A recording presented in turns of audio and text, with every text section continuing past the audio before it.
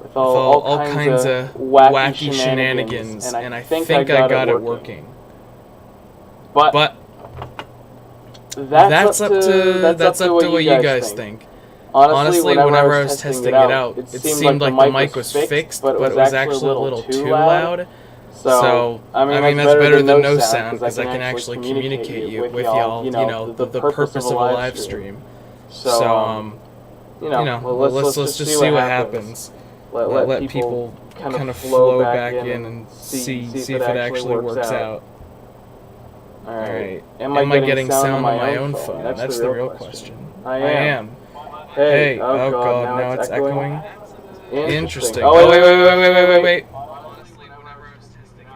There we go. Wait for it.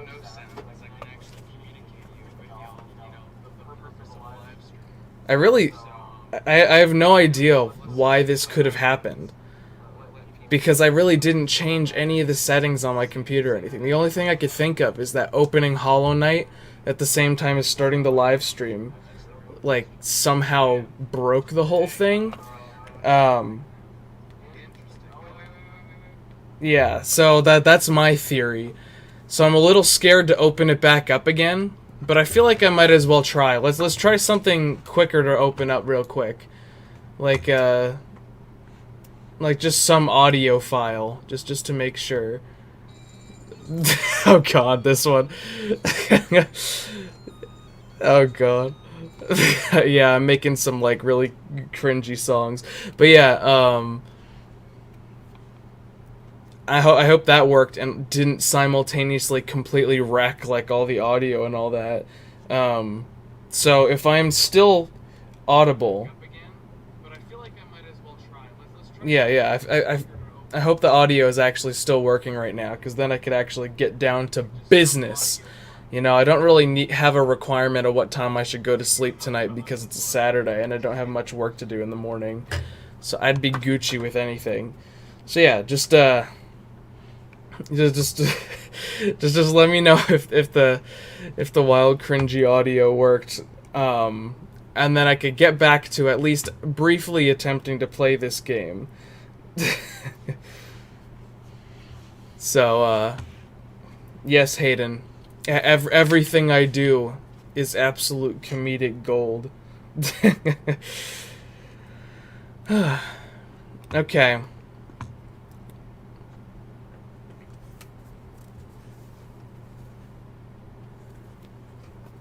You know,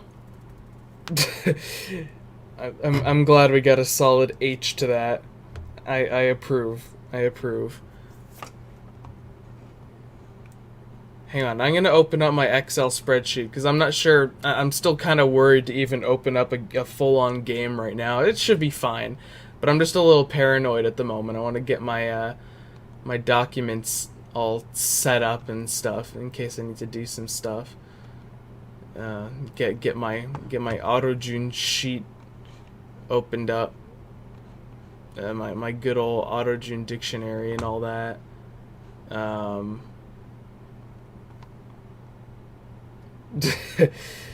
I simp for golly. I feel like at least in the mid 2000s we all did.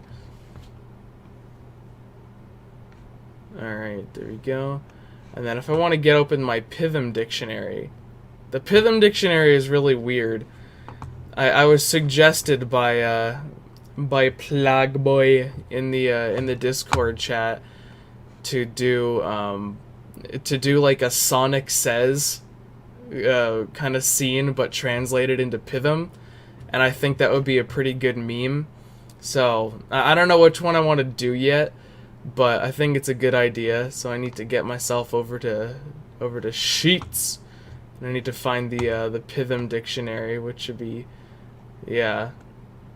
It's another one of those like just massive list of roots so that I could attach things, and I try and keep the words kind of like relatively connected together by genre, because I'm not putting nearly as much mental effort into like the etymology in Python as I am in AutoJune, but it happens.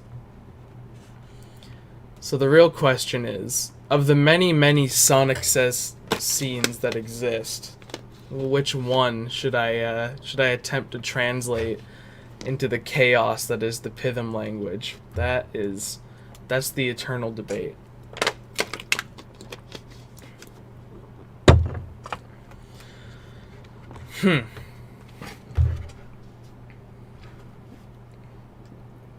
Rodaka. Oh god. Jesus. Hayden. Rodaka. God, I haven't heard that name in a long time. Alright, we're just gonna go to YouTube. And we're just gonna look for some Sonic Says.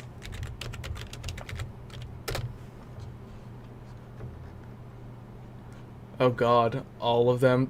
The sexual harassment is no good one. Oh my god.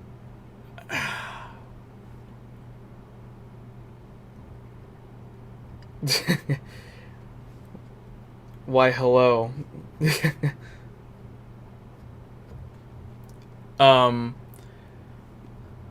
Rule number 3 in the server. Vetting will be done before confirming a waifu. We'll see. Oh god. Sonic Says coronavirus. What is all this? Sonic Says more bad things. I mean, this is the OG one.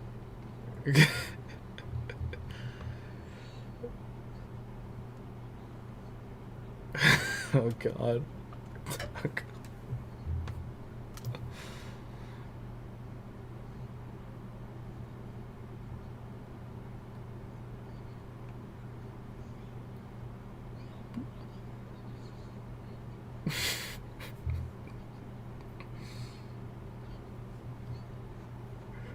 Well, it is like the definitive legendary one of them. And I mean, it's not like my channel is like intended for children, you know. I click on the no, this is not intended for people under the age of 13 or anything. It's like because innately the parodies, I mean innately the translations are like kind of parodies of them. And I feel kind of weird, like making a parody of Sonic saying sexual harassment is no good. But it's also been like such an important part of like meme culture. Like this has been kind of an innate video to like YouTube poop culture and just like meme culture for such a long time that I feel like people would get it. I don't think anyone would strive to have me canceled for it. You know, I'm just a little bit paranoid as I approach 1,000 subscribers, you know, just like that. I could be eliminated. Should I make the bra? Oh god. Yes, please do make that a consonant cluster. Yeah, yes, please. I beg of you. If you don't make that a consonant cluster, I will in one of the Cerncahelan descendant languages that I'm making. And I might either way, because nobody's got a copyright on sound clusters. Because I love, you know, those are some of my favorite sounds. Like if you watch my tier list video, you know, like the and bruh, those are like, bruh I think I put in B tier just to like, you know, because the letter B, you know, capital B looks like the bruh, but it really should have been higher up in there. Oh god. Oh, a translation of Michael Rosen's Hot Food. Jeez, I would love to. Hang on a second. And in Python, that would be oh, that would be good. Michael Rosen Hot Food. I need to play this again. Hopefully the audio is working still, because you know I'm playing these things. All right. Hot.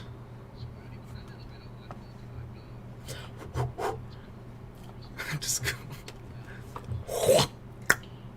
Nice. It's cool. Into the mouth. Nice.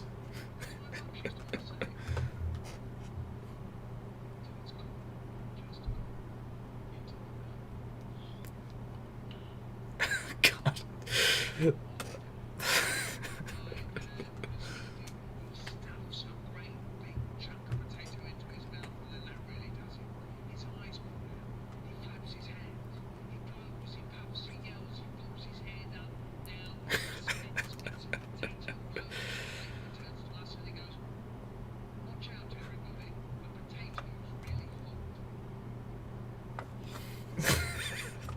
God damn it.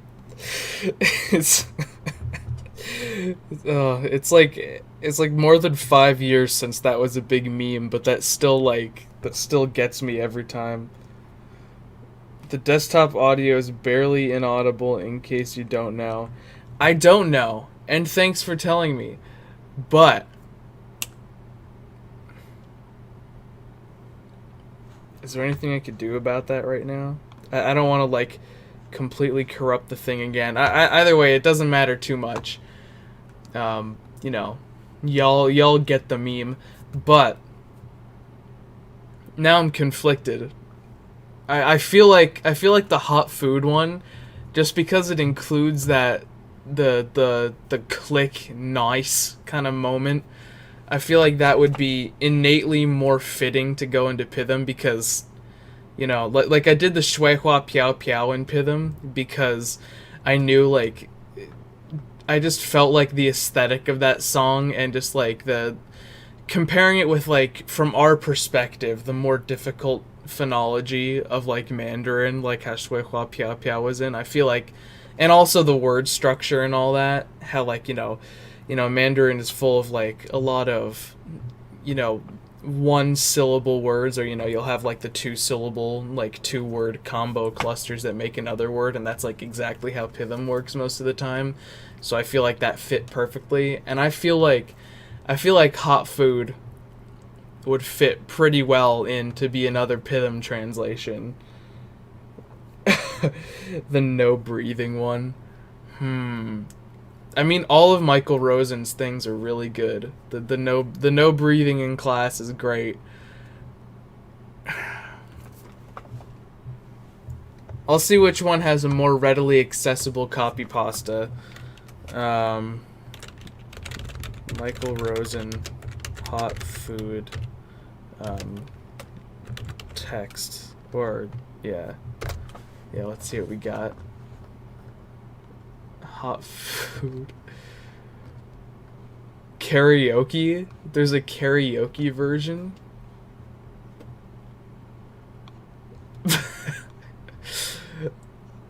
This is actually, yeah, I think this is the one. Alright, thank you, Smool.com user Aaliyah Rai. You're gonna be my textual source for Michael Rosen's hot food.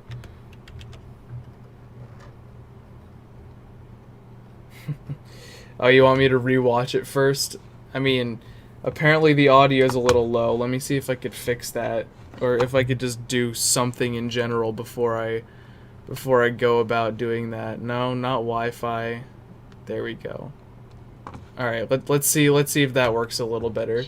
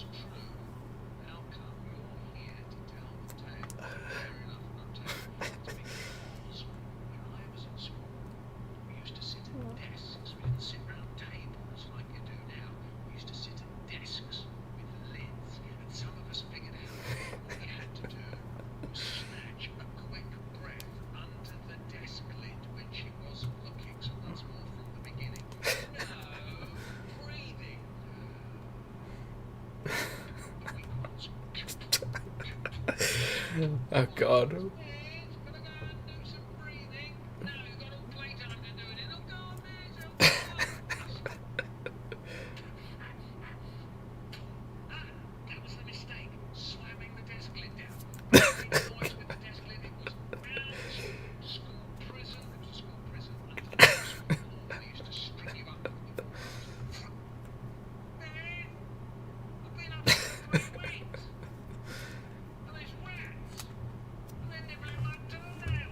This is gonna be the one.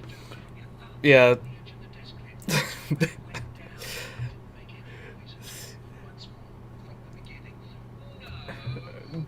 Jesus Christ. This is gonna be so difficult to do. But I think it's a requirement at this point.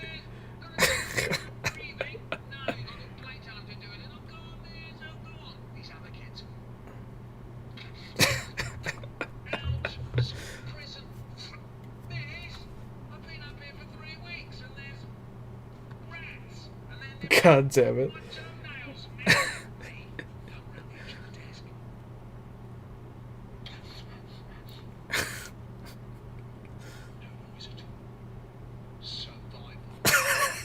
Yeah, no, that one wins. That one wins. Hang on a second. I need to look up no breathing in class text.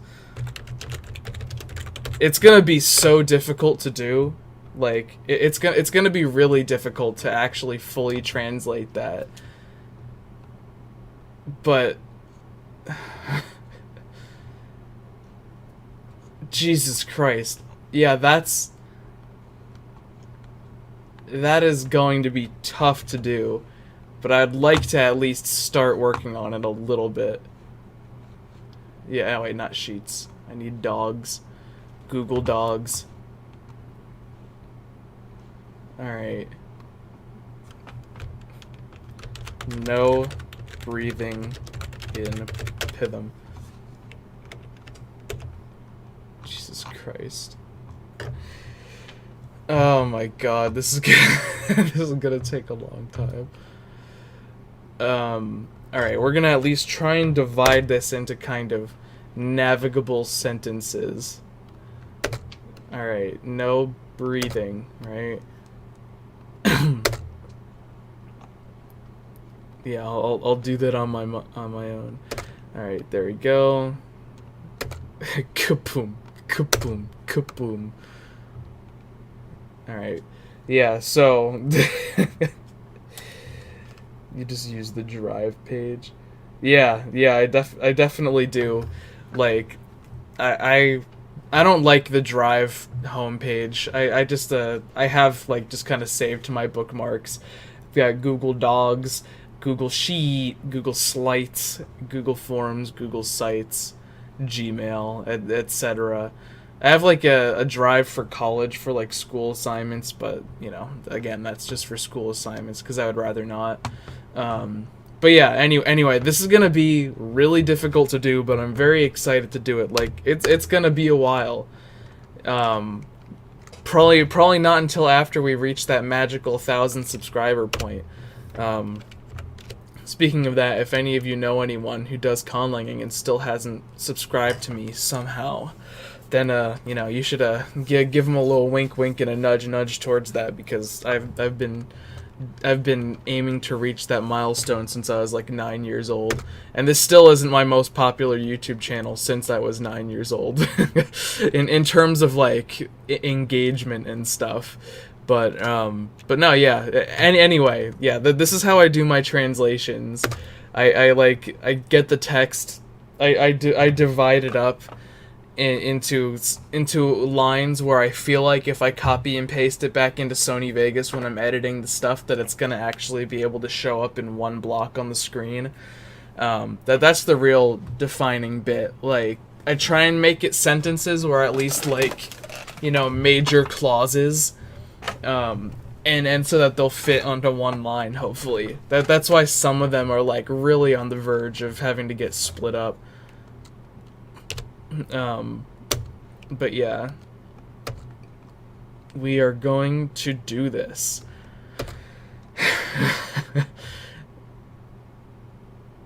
Alright, beginning of the week, we're putting a comma in there. There are 48 kids. That's right. The memester of the conlang community. I've been called like the shit posting channel of the conlang community, and I fully accept that role. You know, somebody needed to do it. Everyone seems a bit too formal in their conlang content, in my opinion. You know, it's about time we really memed it up on a long-term scale. So that's one of the reasons I'm here. Though, of course, I do have some content coming out that is, like, legit, like, conlang tips and other activities and stuff. Because I also definitely want to do that. You know, I've got educational training, so I don't want to have that fully go to waste in my YouTube times. But yeah, in the meantime, whenever I'm not making those educational videos, and by the meantime, I mean most of the time, you know, we're here to have a good time. You know, yeah, you know, at the end of the day, comma, you'd be stepping over kids just to get out of the room. That is gonna be one of the longest one. Oh no, there's Melanie. That's a shame. She was really nice. Yeah, we're gonna split that in two. There's Dave. Chuckles. Hard luck, Dave. I always knew you were a bit weak. You know, people say to me, and I'll just put a colon there because grammatically that's a colon. Alright. If that's true, how come you're here to tell the tale? Fair enough, and I'll tell you. It's because when you're at school... Oh, hey, look at that. There's Salem. Hey, Salem, how's it going?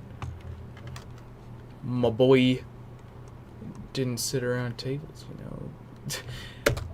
That part... I definitely sat at actual desks when I was in school too, Michael Rosen. It's not just a boomer thing. I don't know if he knows that. He should know that. He literally makes stories for kids. My desk had a lid too. Anyway, as someone has figured out what you had to do, we're going to split that, and then we're going to say, oh god, that's going to be kind of... Oh god, how am I going to split this up to fit into one line? I'll probably do it like this. And that's going to be one of the ones that's barely going to fit on one line, I'll tell you what.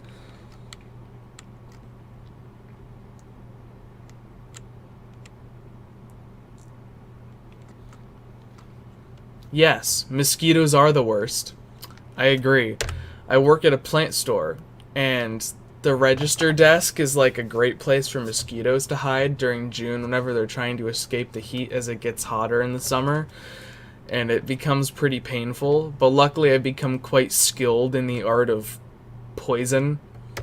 So, you know, I find a way to take them out relatively quickly these days. Took me a couple years to master the art.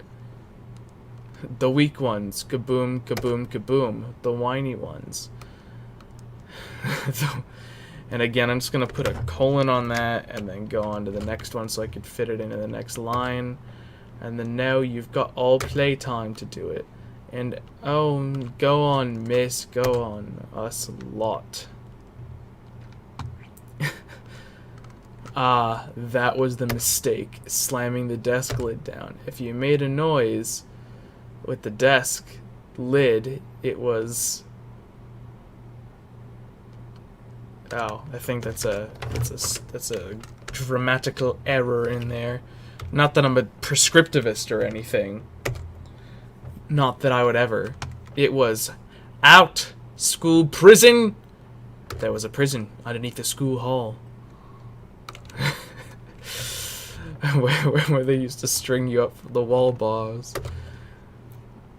Fwop. Miss, I've been up here for 3 weeks, and there's rats. No, rats. I ain't gonna get that mistaken. And there's rats. And they're nibbling my toenails. So I figured it out. comma, what you have to do is put your thumb around the edge of the desk lid. That's another long one that's barely gonna fit. And when I went down, it didn't make any noise at all. Why, hello, Bodnar. How is it going? Anyway, once more, from the beginning. Alright, Michael Rosen's teaching us now, and I'm going to be doing it in Python. Alright, he takes his deep breath. The weak ones, kaboom, kaboom, kaboom. The whiny ones, miss, can I go out and do some breathing? Alright, no, you got all playtime to do it, and oh, go on, miss. The other one, the other kids.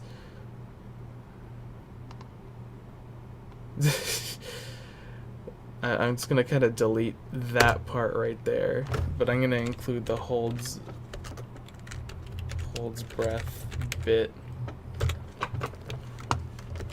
Out, school, prison. Holds hands up. Fwop. Miss, I've been up here for 3 weeks. And there's rats, and they're nibbling my toenails. Miss. Me. Thumb around the edge of the desk. Yeah. There we go. No noise at all. Survival. God, we memed just that survival line right there, like, so much. Especially, like, during high school. It was just, like, survival. But before the pointing to your head meme, what was, like, was a different thing.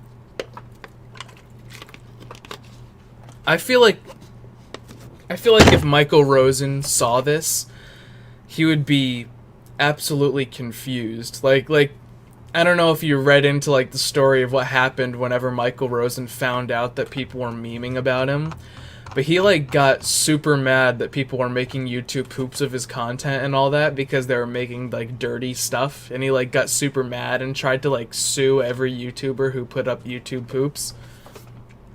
But then, like, 2 years later, he realized that he couldn't stop internet culture, and then he embraced it, but he had to, like, kind of differentiate his channel, so he changed his channel name from just Michael Rosen to the whole, to the entire, like, Kids, Poems, and Stories with Michael Rosen.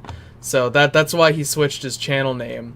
But I feel like if he saw an entire dialogue of his read entirely in not only another language, but a language that doesn't exist in the real world, I feel like he'd be very confused. Or he would think that Python is a language in the real world and he just didn't know about it.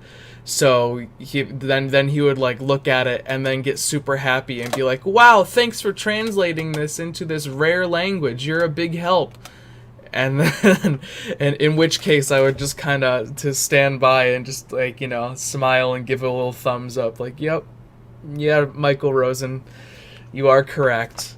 I think that would be legendary if that happened. So I'm going to go with it. I'm going to go for it. I believe in you, Salem. Have fun eating. Yeah. Michael Rosen had a hard introduction to the existence of YouTube meme culture and the fact that he was part of it. Alright, so the first sentence, the gloss. Now, Python grammar, it's fully synthetic, right? Like, there is a rather common word order, but Michael Rosen's stories are technically told in the form of like a slam poem, so I feel like I have kind of free reign over the word order. Like in the Shui Hua Piao Piao video, the words, the lyrics of Shui Hua Piao Piao, I don't know if you ever looked into that, but that is written in a completely free word order as well. Well, to a certain extent. It's written in that classic like Chinese poetry way where it's not like normal Chinese grammar, but it's written in the specific poetic style, which is really cool. And so I use that as an excuse to go full on, like not conversational, but just full on synthetic word order. and I feel like I'm gonna keep it relatively SVO in this, except for in areas where the grammar is being specifically like mirrored in like an onomatopoeic way, or like where it would just feel better, feel more efficient and more aesthetic to have it in an altered word order. But either way, it doesn't matter because everything is marked for what its position in the word is. Really, the only requirement is that adjectives have to follow the noun that's associated with them. And to negate a clause, you have to put a before and after the clause that's being negated. Other than that, the order is pretty wild. God damn it. Michael starts speaking Python and becomes a furry. Oh my god. Oh my god. Hang on. One moment.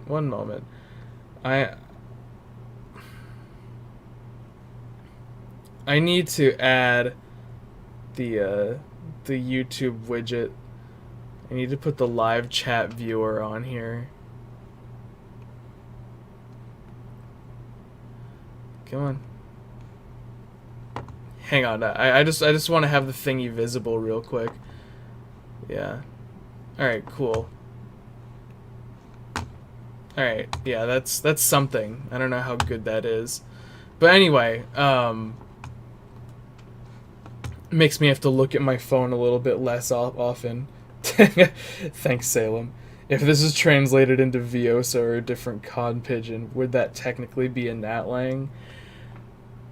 I mean, technically no. But also maybe. Because the Con Pigeon technically is like an... It's an artificially crafted Natlang. So I don't even know. That's kind of like on the verge between Conlang and Natlang. Hang on, I'm gonna change the aesthetics of this so it's got a transparent background. All right, opacity. Yeah, there we go. And then I want the messages to be more like in black. And they can kind of appear in the corner right here. In case I want to see anything. Yeah, I mean that's something. That's good enough. Anyway, oh God, MeWe, don't do this to me. I'm not. I know. Just let my soothing Agma Schwa voice in the the beautiful messed up part of my hair while I'm wearing these headphones just, you know, soothe you into your nighttime routine. God, that sounded really weird. Anyway, anyway, we're gonna start on this now, and just to get some nice visuals, I'm gonna go back to my little Python presentation slide from back when I did the showcase on it. Where are you? There it is. Now I need to go down over here. So yeah, if anyone's not familiar with Python, that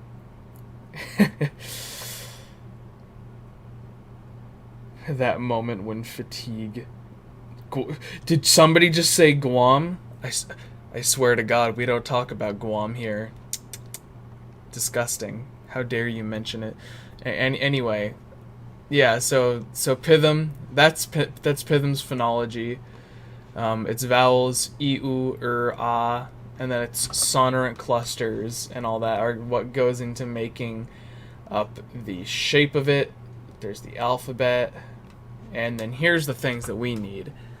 All right, the grammatical cases and conjugations, and since the ever since the showcase, I did actually add in a locative case for Python. So, oh God, the Python showcase is outdated. I'm gonna have to redo it. No, I'm not redoing it. Just know that there's a locative case now, and all it is putting an emphasis on in the first syllable, and then it goes along with the singular, pockle, and plural patterns for the rest of them. Oh no. Hayden, don't do that. Don't search up that's the last search query you want to be coming up upon at this time of night. And then here's the table of all the like the verb conjugations and stuff. And then the adjective conjugation includes its adverbial content, basically based on its temporality and its intensity. And I have the keyboard made for it on here, so in case we wanted to type in Python, we could just easily just kind of type it out, as long as I remember where the keys are bound to, which shouldn't be too hard. Got a video on that too, but I'm sure y'all already know. So, onto this. We are going to... So we had a teacher who was so strict. That's right. All my homies watch Agma Schwa. That's right. That's the requirement, Rana. What do I think of Klingon? I think Klingon as a language it's decent. It's obviously very influential and was inspirational to a lot of people. And you can tell that it was made with a lot of care and devotion in mind. And I like its auditory aesthetic. Its orthography with like the phonemic capitalized letters. I don't like that. I think that was just an attempt to make it look different from human languages in several sets of quotation marks. And I also feel like the phonology that they chose was probably mandated by the creators of the show or like the network or something to be that way. But it was also created to just be like, you know, as different from English as possible to make it sound like less human, even though it's got pretty similar setups to a lot of actual human languages that exist. So, you know, that's just something that people in the 80s definitely wouldn't have thought about, that we definitely would think about today when coming up with languages like that. But overall, it's decent. Like, I was gonna meet Mark Ockrand. He was gonna have like a big ol' meetup in Tucson at the end of March, but of course everything in the world shut down right before then. Like, I printed out little Agma Schwa business cards, and I was gonna be like, hey, Mark Ockrand, you wanna be featured on my fledgling YouTube channel and talk about Klingon and all that? But then, you know, that obviously couldn't happen. So maybe I'll get into contact with him at some point and we could do something cool. I just wanted an interview because I did a report on, like, him in high school. Like, whenever I just figured out what conlanging was. So, you know, it happens that way.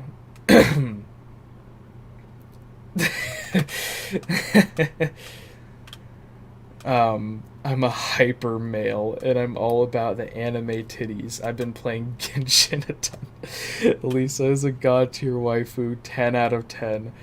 Jesus Christ. Oh, Hayden, I believe you.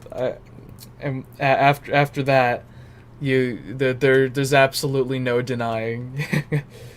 And then Red Panda says, I'm still stumped how to make sure that my aspects that can cover everything. I think they can, but IDK, and I know I'm going to have the same problem with moods. Yeah, so the thing about that is, not even English covers for everything. With like aspects and moods and even like different tenses that do exist but just don't get grammatically covered in languages. None of the languages have all of them. I don't think any languages have every conceivable type of tense aspect and mood all put into it.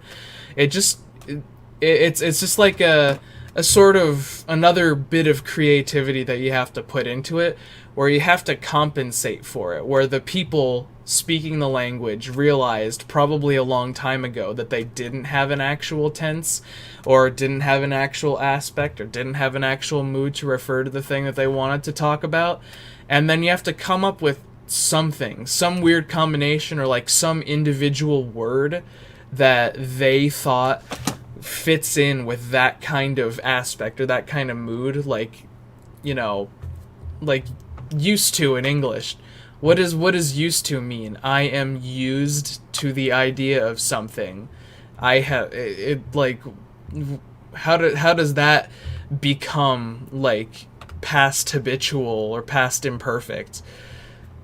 You know, it's stuff like that. It's just like making things up. Whenever something doesn't have like a specific conjugation to it, then you can just kind of craft something to fit in with it. Like the only reason I put in a locative case on Python was because there were so many situations coming up where it should have been like a really efficient, really snappy way of doing it. And I was like, you know what? They already have like correlative and other weird ones, but they don't have a locative yet, so I'm just gonna put it in there because it would make specifically the poem, specifically Shui Hua Piao Piao, translated into Python, it would make that a lot more efficient for me to sing it in, so I just kind of did it for that sake. But there are other things that I could do in Python that aren't connected to the specific conjugations and stuff that still allows for, you know, different types of concepts being explored. It's just a fun aspect of conlanging, in my opinion. Like AutoJune is getting really complicated with like the little weird additions and stuff. I want to make it have as much informalities and quirks to it as possible to make it like as naturalistic as possible, so it's getting more down that kind of rabbit hole as time goes on, but we'll see. Oh god. Cough Navajo. Yes. Yeah, Navajo, I would not be surprised if it has everything. I studied Navajo for a little bit because, you know, I live in Arizona, and I have a Navajo friend who was very interested in showing me this textbook, and it was really interesting. And I tried out Navajo Duolingo, and I mean, it's better than nothing, but it's not great yet. But yeah, Navajo probably does have everything. Used to have 5 tenses, got rid of all the tenses when I did my revisions. Some of my friends have said they might try and learn a conlang if I finish. Yeah, honestly, as much fun as it is to make a conlang as like absurdly complex as possible, if you actually want people to learn it, you have to make it. I don't want to say more similar to English, because English is not really like a super simple language. It's got a lot of complexities and weirdnesses to it. But yeah, if you really are intent on having your friends learn it, and I mean, I would take that opportunity.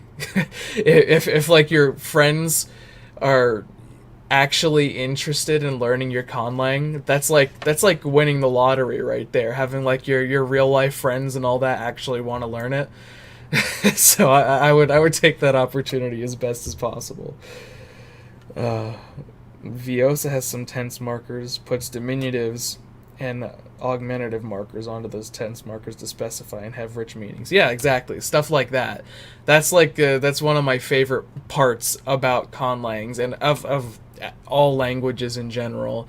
And I am really experimenting with my logical bounds for that in AutoJune right now. And with this translation here that we're doing, I'm probably going to need to make a good amount of constructions in Python too, because you know, storytelling habits involve a lot of different types of past, and I'm going to have to compensate for that in Python, and it's going to be pretty cool. Constructing higher level concepts with the existing lexicon. Yeah, basically that's the fun part. For example, the terminative could just have the verb to stop in it. Yeah, basically. I stopped fishing, or you could have like some like corrupted version of like the root word for stop, and that could just be kind of like a little particle that comes before it, and it could depend on, you know, like the vowels or consonants that come after it. It could be a contraction, you know, there's all kinds of stuff. Yeah, Michael Rosen is the guy who went nice, and I will never forget him, and I hope he sees this, so we're doing this. It's going to be a good time. Absurdly complex. Oh boy, I don't want to see my verb system. Oh god. This... Oh shit. 11 moods, 7 aspects, 7 voices, 3 sub-aspects. All... Yeah, okay. If you have to get into sub-aspects, yeah, your friends are probably gonna give up on trying to learn it. Not by all means. I love absurdly complex languages, but again, you have a rare opportunity where your friends actually want to learn it. So that's the thing. I never work on my conlang. So like the only thing I have is the phonology and phonotactics. I mean, a lot of people like just making like little sketch langs and just making cool phonologies and phonotactics, and they're like, that's really aesthetic, and then they just kind of call it there. And I mean, that's totally fine because you kind of have the idea sitting there for later. Um, but for me, I'm more concerned with both what the standard rules are and then going in kind of a meta sense, thinking of like from a storytelling perspective, like what I'm creating is like the standard, like the thing that people would be forced to learn in a textbook, but that's not how people actually speak. So I need to come up with the slang and the informal ways of talking, and then I kind of spread out that way. And that is definitely the case in AutoJune, and that is definitely, so far, not the case in Python, because Python is meant specifically to be like a poetic language. There is slang that's going to exist in it, and I'm probably going to have to work on coming up with that for this translation here. And I'll probably make a video about that, because it's been a while since I made a video talking about Python. But yeah, that's something cool that's going to have to happen in the future. Hayden, I totally understand. I've seen much worse in the Discord chat, honestly. And currently for aspects, I have perfective, perfect, imperfective, with iterative being imperfective, but you reduplicate the verb root. Yeah, no, that's totally valid. Again, you'd have to kind of explain those things to your friends, but that I don't think is too hard. That shouldn't be too bad. The least defined grammar ever void nath. Yeah. I mean, you could always change that. You could even do it using conlang speedrun tactics if you don't want to really think about it too hard. Your BF said if you finish it, he'd learn it too. Oh. that would be very awesome.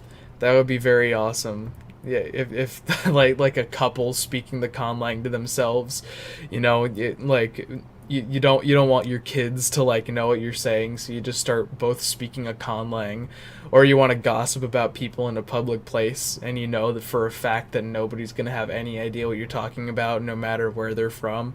That would be a pretty good meme right there. The only languages I've really been participating with conlanging is with con pigeons, tbh. I mean, if you're as inspired to do con pigeon stuff as I was and some of the other people in the Discord server were whenever the conlang critic on Viosa came out, then I totally understand.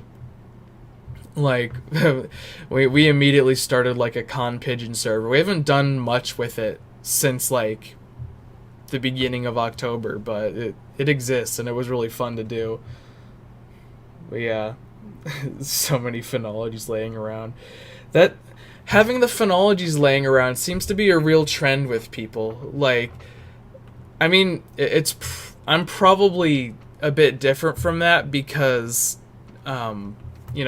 because I have my one world and I'm trying to just like absolutely deep dive into, especially AutoJune, but like in general deep dive into that world. So I don't have just like a ton of phonologies laying around. I do have the phonology family tree going from Proto-Cern Kahilin onto all the branches. That's a thing that exists, and I'm starting to work on making Notion out of that. So technically I do have a bunch of phonologies sitting around, but they're really just steps going from one language to the next, so it's not necessarily the same thing. But yeah, no, a lot of people like making the phonologies and then just kind of stopping there. And I mean, it's fun. Every now and then when I'm really bored and I don't want to do anything that requires brain power, I'll kind of like, I'll kind of go on to like the what is it, like Django, and I'll just like put in a phonology and a phonotactic setup, and then I'll just like keep on generating them and just kind of like scrolling through the words and being like, ha, now that is pretty aesthetic, or oh god, that's specifically ugly and I kind of love it anyway. But yeah. Something I definitely want to translate is the script, the good, the bad, and the ugly, and then dub the whole thing. Jesus Christ. Dubbing a whole movie. Wow. That is also something I would love to do. But that is something I can guarantee I would not have time for. So if you can manage to fully translate and dub the entire script of the good, the bad, and the ugly, that would be like probably one of the most impressive conlanging feats ever done. Like that would be supremely impressive. God, I want to do that. I mean, I'm gonna be making books, either comic books or literal books out of AutoJune. Like, I want to do comics, but at the speed that I draw, like I'm confident that I'm a decent artist, but just like the rate that I draw compared to like what I do in my everyday actual real life, you know, it doesn't overlap with getting a project like that done anytime soon. So I'd have to like hire someone to do the art for me, which I mean I'd be okay with. You know, we'll see. But if you can actually do that, then that would be glorious. You started out by watching Artifexy, and you learned how to make phonologies and nothing else for a while. No, I love Artifexy, and I listened to Artifexy's podcast. He hasn't made an episode in like since the end of August, because a lot of stuff's been going on in his life. But Artifexion's a cool guy, and he I love like all of his content.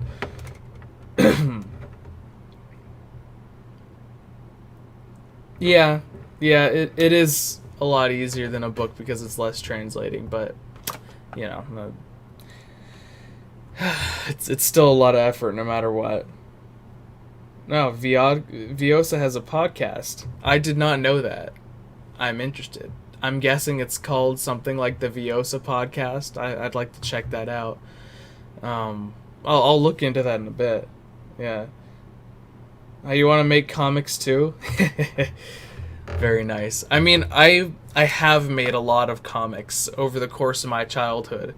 Some of them, you know, obviously the earlier back in my childhood you go, the more like crumbly hand-drawn they were and all that. And as time went on, the art got better and better. In high school, I had a very edgy comic series a very, very edgy comic series called Timmy the Terrorist. And that one had some pretty good art in it. But I really, really want to make a comic set in Elf Wong. And God, and I want to base it on a D&D campaign in the universe that I had that's also generally canonical in the lore. But that is something to do once I am not doing school and I allow a little more time for myself between making videos, etc. Siwa's grammar is 800 pages long. Wow. Big wow. Like, the AutoJune grammar book is 290 pages or something, and I thought that was pretty painfully massive, but that really takes the cake. You should translate the intro to the first Bionicle movie. Oh god. I watched the Bionicle movie a couple weeks ago, like as I was going to bed. And it is... that CGI really is something, but overall, pretty legendary. I considered doing WALL-E because it's a lot shorter and half the movie doesn't have words. There's a lot of like sci-fi terminology.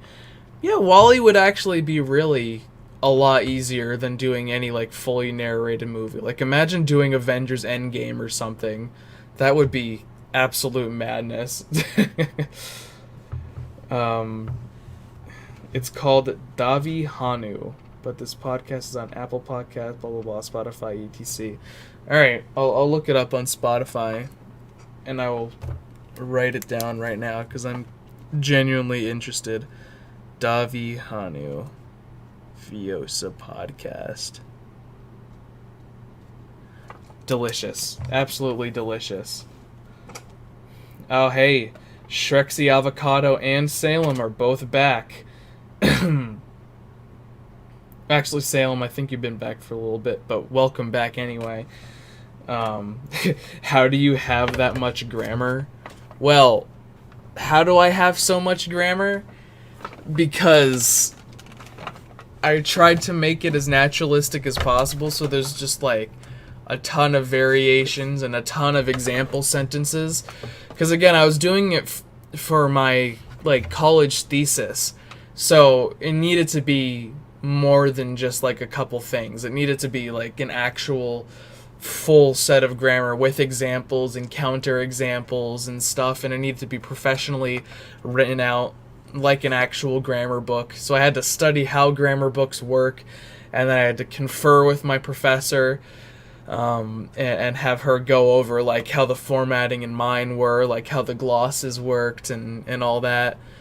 And honestly, the way I do my glosses, she still kind of disagrees with a couple of the things that I do in my glosses, but I still think it's the most efficient way to get things done. So yeah, when she was going over the Python glosses too, oh that was an adventure. Like making that 5-row long gloss to make the Python gloss work efficiently, that was a real time. But yeah, no, I have like a ton of grammar examples and stuff, and now I need to add even more because obviously Autotune has changed and grown since March when I, finished the book and finished the thesis project. I might try and just code a translator, but I'm not sure how difficult that would be. Yeah, that would be pretty tough.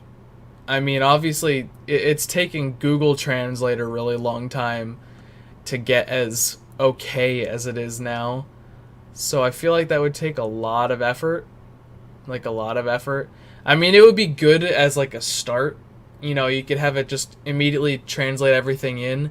But then you'd have to go in and proofread it and make all the alterations that you'll definitely end up having to do. So, I mean, it's gonna be difficult, but it's possible. And it would still make your life a little bit easier.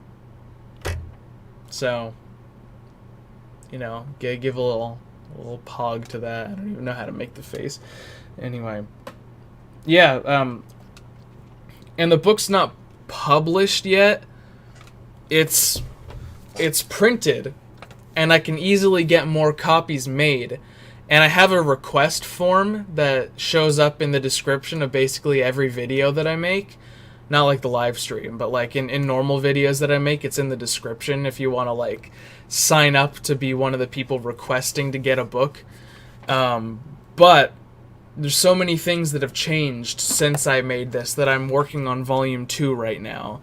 So when Volume 2 is ready, then I will probably get it uploaded onto Daddy Bezos's website so that I could sell it on Amazon Books and, because I'm pretty sure Salem did that. Salem, maybe you could help me out getting that part figured out when the time comes, but I still need to get Volume 2 finished for Autotune, and that's something I'm going to work on a lot more, again, after I get to 1,000 subs.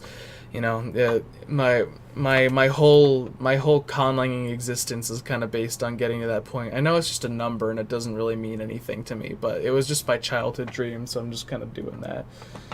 Yeah. Let's see. Grammar, more like grammar in all caps. Yeah, basically. Have you ever written fan fiction? I've made a self-insert one, and I kind of want to see it translated, but I don't want it up on that up on your shoulders by friends, especially the weird lewd content in it. Yeah. So the only fan fiction I had to make was for an assignment in high school. My English teacher made an assignment for us where we had to combine two different books that we read in school, and we had to kind of make them have kind of like a crossover episode, basically. And so I had to do a crossover of Lord of the Flies and and To Kill a Mockingbird. It was a really weird crossover episode, I tell you that. And most of it was just like the characters joking about the "spit on it, Scout" line from the To Kill a Mockingbird movie. So technically yes, but yeah. Yeah, I mean, Google Translate is trying to do it for every languages. Like, every language. Yeah. A lot of... Oh, no. Oh, God. Hayden, yeah, I'm probably not going to translate that one, Hayden. Oh, God. I still have to request a book. I just haven't been able to afford one. Yeah, I mean... That's why I have to turn to Daddy Bezos, because the site that I originally got it published on, it was like $40 for me to get this, and they were like, all right, if you want to print out more, you have to either print out just one for $40 or you have to print out 25 or more at a time. And I was like, I don't know if I will ever sell 25 of these. Like, why would I spend like thousands of dollars getting those printed out when I don't even know it's going to be a reality? Meanwhile, like on the Amazon books, I'm pretty sure you don't have to like pay for them in bulk beforehand. You just kind of like have it up for sale, and then it gets converted into a physical book through the Amazon dark magic, and then it becomes a reality for anyone who requests it upon its request. So I feel like logically that's a good idea. Like, if I was already like a big boy YouTuber with like 100,000 subscribers and I knew that more than 25 people were gonna get it, then I'd be like, yeah, I'll use this smaller third party. But unfortunately, I have to delve our profits into the big corporation god. But yeah, the delivery problem I might solve, and I can get one. Oh god, yeah. I mean, if you're far away, it's gonna be kind of an expensive delivery no matter what. Like, in the U.S. it would be easy, but you know, when you're like in, say, like Taiwan or, you know, anywhere else in the world, it's gonna be a lot more difficult to get there. Me, do I have a Discord server? Yes, there is a Discord server, and the link to it is posted in pretty much every video. Again, not the live stream videos, but it's posted in basically every video. The recent ones have the most updated link, because I was dumb, and in the old videos I put one that had like a cap of 100, and we just reached that cap a couple weeks ago. So now there's an unlimited link in the more recent videos, and you should definitely join it, because we have a good time and we make good memes and we have a fun time. We have a Minecraft server. We're working on a collab lang together, the guys they made a basically a proto lang, and then everyone involved in the project is making like their descendant of it, and they're choosing to make it like as legit or as cursed as they want to, and I think it's turning out really well. I personally haven't been too involved in it. I just kind of like started the project. I was like, hey, you know, why don't we do a collab lang, and everyone else kind of took over from there. It's turning out really good. I'm gonna do a showcase of it whenever it's like ready-er. And it's about there at this point. But yeah, Discord, definitely a good time. 100% plugging the Discord. We make good memes. It's a wild adventure. I don't want to open it right now because it would set off all the notifications, and I don't feel like muting every server that I'm in again. But it's there, and the link is in any of the older videos.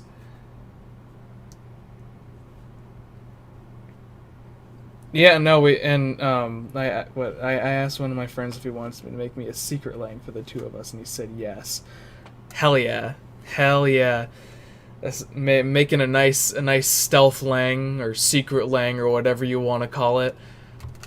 It's a good time. Obviously, whenever I was like in middle school, we had like the Casanocian alphabet, and that's what we called that's what we called our secret language, even though it was literally just like a one for one translation of English into a different orthography.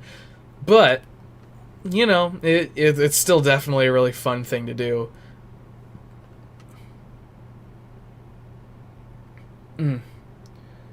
Yeah, Salem spends a lot of time on Instagram. That's where we met originally, in a fun little Instagram group chat, and we're still in it. I'm approaching my 1 year anniversary in that chat. It's gonna be like a couple days before Thanksgiving is my 1 year anniversary in that chat. But yeah, yeah, definitely join the Discord chat.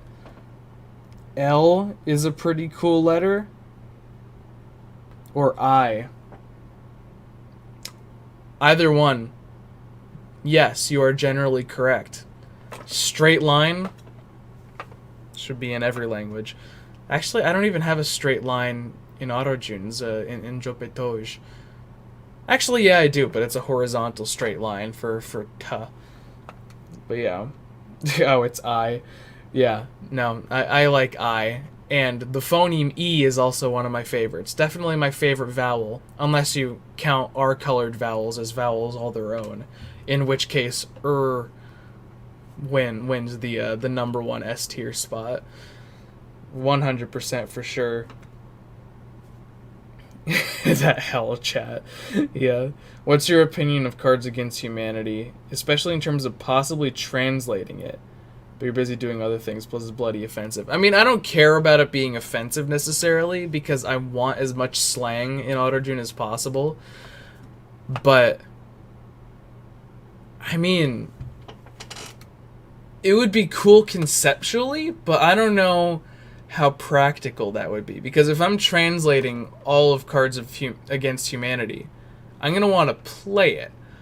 Maybe if I did the online version, and then I played it, with other people who had at least like a basic knowledge of Autotune, like, or at least people who have like the dictionary open or something, or can give a translation, that might be fun. But otherwise, that is something for a time when people actually do know more about Autotune, which is not at the moment.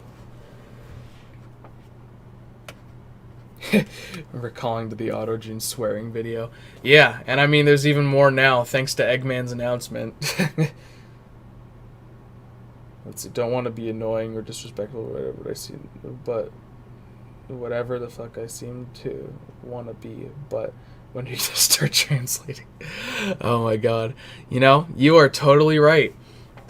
That is very true. I just get caught up in the conversation. I like talking to y'all. in a second.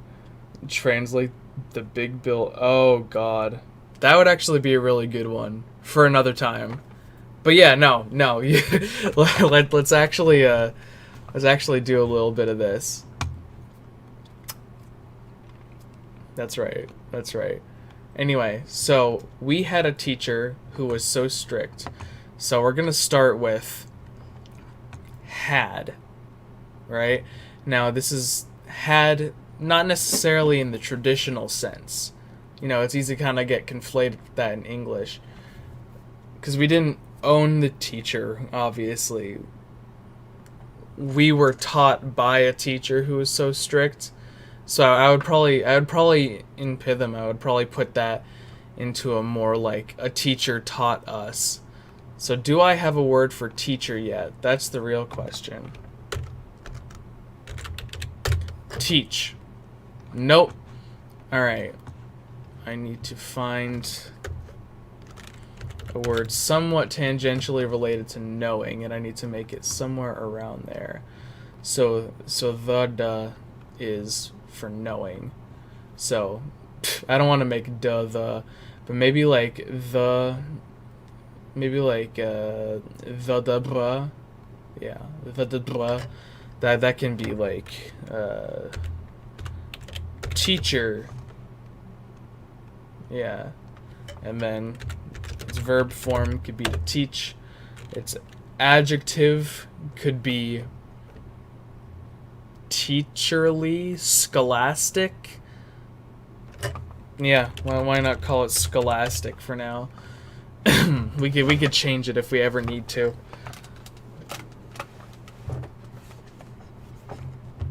The lustful Canadian. What books do you recommend for conlang research? Now, by conlang research, I don't know whether you mean like researching natural languages in order to like make a grammar for your conlang, or what books to use for conlanging help in general. Because like if you're talking about for conlanging help in general, then I definitely say like David J. Peterson's The Art of Language Invention, or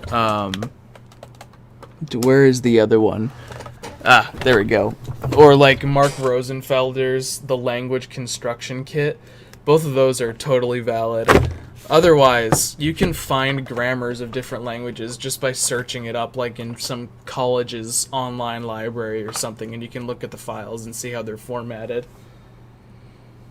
Thoughts on my conlang dropping F and merging with V? They're similar sounds, but I already did that for W. I mean, if you're specifically trying to decrease the phonology of a language, like if there's a weird thing that you could do to make it so that they don't need to phonemically contrast anymore, then I think that would be a cool thing to do. I love it when sounds conquer other sounds. I love watching H get killed off. I'm so glad whenever I say words that start with an H but don't actually like have the huh sound in it for me. just my opinion. I think that would be cool. Yeah, they're definitely good to start with.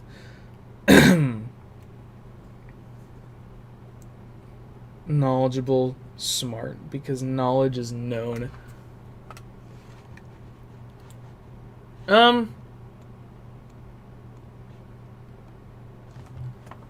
I will make it.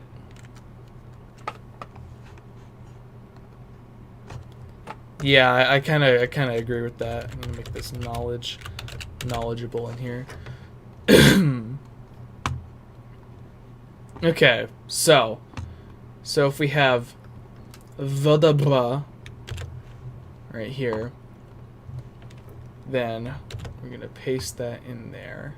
Now there's a few stages to making this actually work. Ooh, which is gonna be really fun.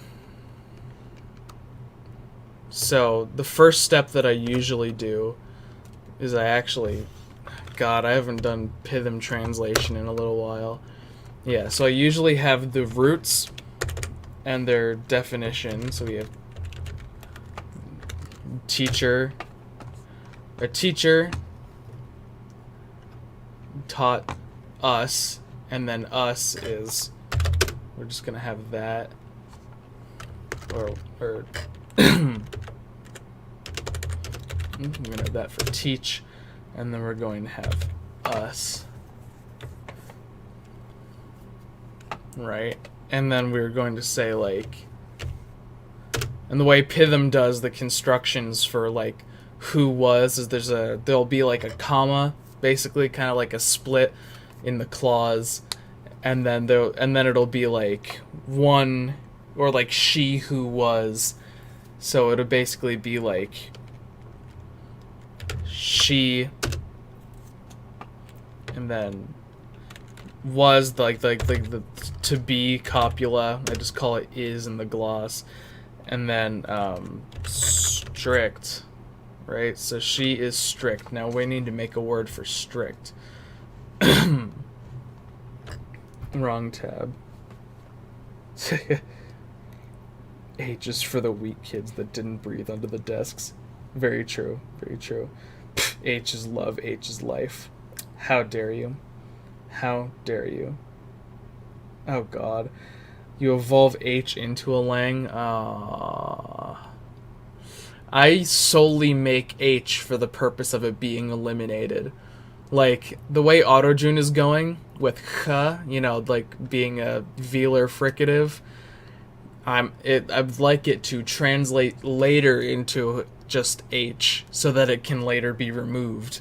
You know, future Autojune will have nothing in place of where ch and later h was. That's how much I don't do H.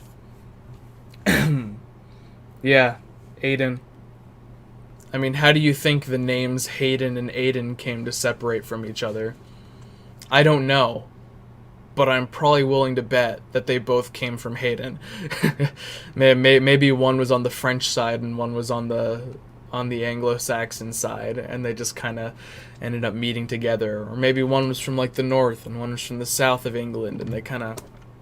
I have no idea, but I'm guessing that's how it happened. Alright, now do we have strict? God, I'm like losing my voice. Wasn't expecting to be talking this much. I mean, I'm doing a live stream. I should expect that. Yeah, we definitely don't have anything with strict. Do we have anything with anger? Dangerous. Angry? No. I guess we got free reign on what to do with strict. Oh wait, how about rule? How about law? Okay, yeah. There's honestly not too much in the Python dictionary yet. It's just the stuff that I've used. I should really Swadesh it, but that would kind of mess everything up at this point. Dafaga. Dafaga. Or Dafafa.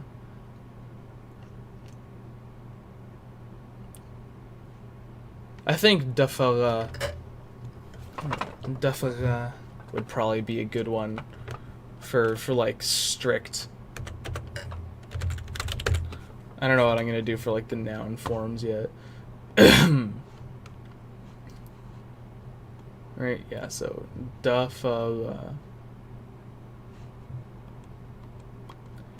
Kind of get this kiddo here. Gonna slap him in right here. With spaces, with spaces. Yeah, if you didn't know yet, I'm pretty bad at typing. I make copious mistakes. Let's see. Perhaps stick the adjectival form of to command. Yeah, command. That might be a good verb to be associated with it. Where are you? Yeah. Command. And then we could call like the noun version like commander, maybe even like punisher, something like that. Something to do with authority. You know, you could put a little wink wink on the punisher part maybe, you know, if we want to get into that kind of Python grammar. But, you know, that'll be something for another time. God, I need a sip of water.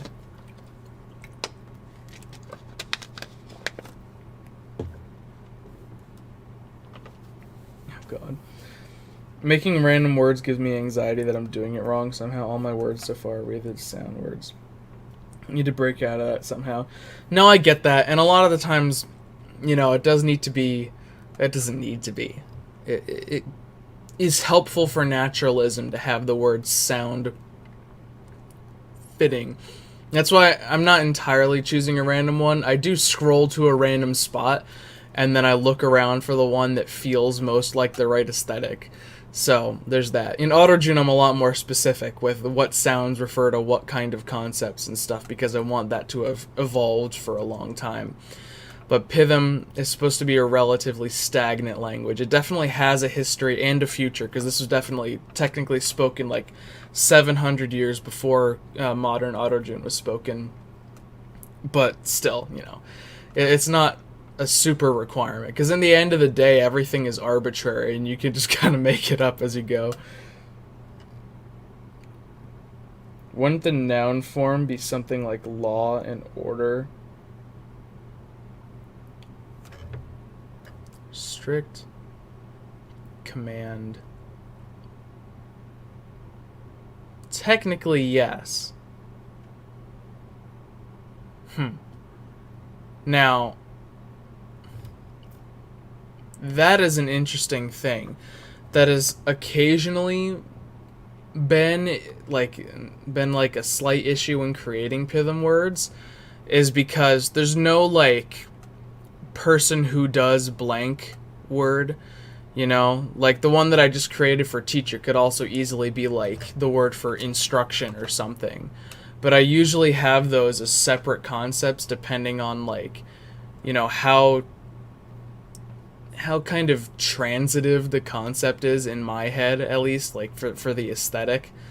Like I'll think like, okay, the noun version of this word needs to be referring to the person who does some said form of action that applies to the root word. Whereas like, you know, for teacher versus instruction, I would probably put instruction in a different category and then like have a separate verb that's, you know, similar definition, like instead of to teach, like to give instructions or something, or to clue or something like that, you know, stuff like that. It's an interesting system, and context should often give it away with the way that they're used in the sentence too. But I have those as different roots. Yeah, that's right. Yeah, law and order. Yeah, basically. Yeah, cognates essentially, or false cognates. Yeah, instruction giver, instruction sayer. This is totally true. And in all honesty, like there hasn't yet been a situation where the definitions have come so into conflict with each other where I would need a specific construction for it. But I feel like, as we were talking about a little bit ago, making constructions and stuff, I feel like, you know, maybe this is the time to make a construction that specifically refers to one who does something else, so that it could be like specifically differentiated if it needs to be. I'm just gonna make kind of like a different like slide for that, and just say like we'll call it constructions, because I'm not gonna add any more to the Python slideshow. It's all downhill from here. We're just gonna call it dick. God, I'm so bad at typing. Jesus Christ. My mom was a computer teacher, and she always called me her worst student because I would never do the typing exercises, and now I'm finally like facing the consequences. That's right. Can't wait for the video to upload so I can timestamp the Michael Rosen. Oh my God. Oh, I know you will, Hayden. I know you will. It's fascinating how we prefer to divide semantic space. Yeah. I mean, everyone's gonna do it differently, and that's not even a good or a bad thing. I mean, it can really only be a good thing, because the individuality that we put into it isn't the reason. Is the reason why all languages aren't just, you know, homogeneous things. You know, the differences that we put into the concepts of how we perceive language as individuals plays a significant part into, you know, how our conlangs end up getting constructed, which is a really cool thing, you know. Like analyzing like the psychology of a person based on how they design their conlangs. That is a scientific field that does not need to exist, but probably someday will. Depending on how popular conlanging gets.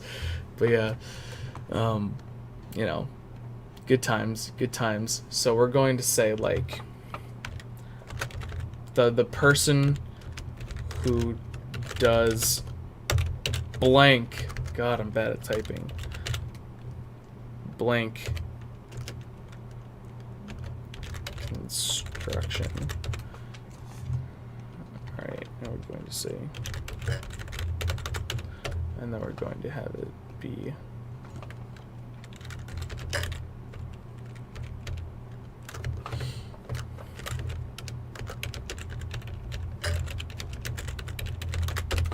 alright. God. Ormation. Jeez, I cannot type a single sentence without typos. Lustful toe is 69. God. Salem retracted himself. Psycho conlinguistics. Yeah, definitely. That is now an official title that exists within the community. I'm sure someone's tried to do it before. You could probably get a lot of information on the psycho-conlinguistics of the guy who created Polyespo. You know, well, what if the things that he said in Polyespo secretly led up to, like, the murders that he committed or whatever? Like, God, you know, there should be a law degree for that. And I would be the first to get it. 100%. Psychon linguistics. Jesus Christ. Oh my god. Alright, I need to go get another water bottle real quick, so I'm gonna put y'all on the please hold screen with the beautiful Yeth Hound in the background music, so BRB, I will be back in a second with more water, because I need it. I need it. Hang on a sec.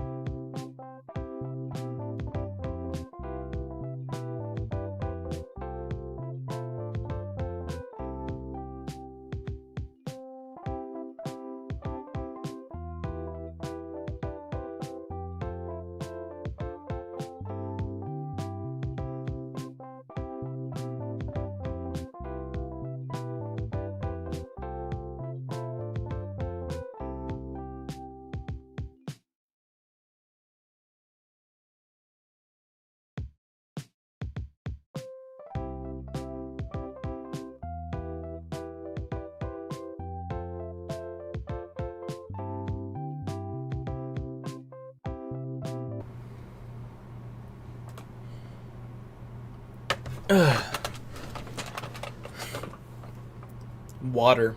Epic gamer moment. Okay.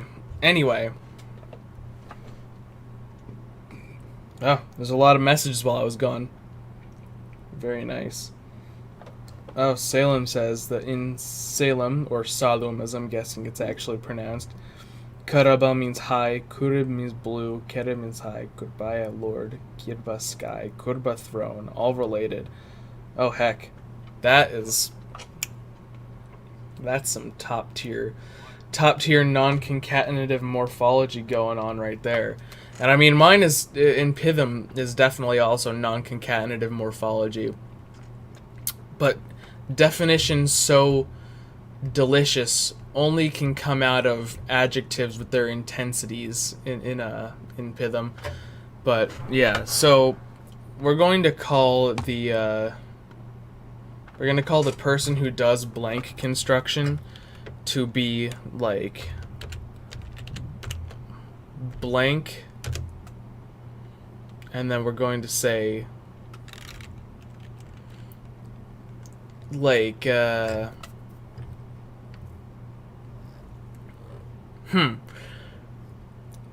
construction for it would have to be, because again it can't be like concept sayer, because again there's no we're creating the right now, but I'd like the to be a separate word, like some kind of simple adjective basically that I could put in front of it or something. Let me check to see what we have in here, because the adjectives are generally pretty complex, but there are like copulas and stuff, so I could say that there should be in the dictionary. Look at that. Siyamiwi. Look at that. Yeah, drinking water's kind of cringe. What if you just affix a pronoun? I mean, okay, there are pronoun affixes. However, those are for like direct object pronouns and stuff. That is that's kind of like a interesting situation there. I think it should be some kind of, basically what I'm thinking is a corruption of an adjective form of give. That's my current idea. I don't know. And then that could be slapped onto the end of words, essentially, to imply that it is the one who does the act of instruction, essentially. I think that would work out pretty well. They who blank. That's right. Are there Python words for man, woman, person, or being? Yes. I don't know if they're in this dictionary, though, because there is like a male, female, like pronouns, etc. Man. Man. Romantic. Manner of. No, not in this dictionary.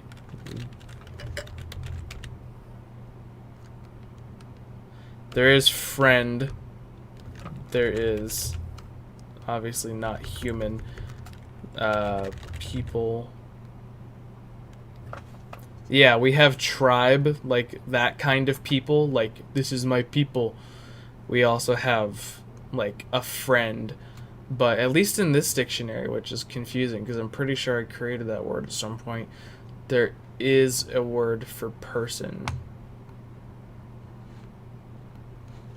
Or is it under being?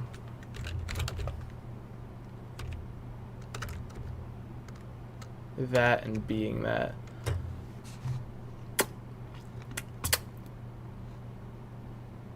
There's also it, she, they.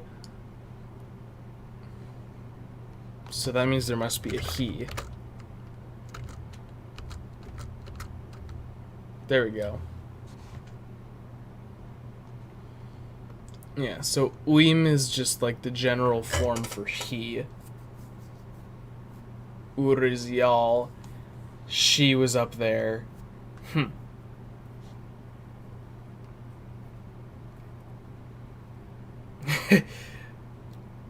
Don't you think that a particle copula that isn't conjugated is okay? Yeah, no, I definitely think it is, but I just want to have it have a valid formation. Like again, like if we have give, like if say we made like something given, but specifically something that is like something that is long term, something long term and moderately. So if we had given, which is magath, then we would have magutha. Yeah, magutha. And then we can make kind of blend that, say like this is commonly said, so it's gonna kind of get messed up and shrunken over time. So instead of magutha, maybe just maguth or mouth. Maguth.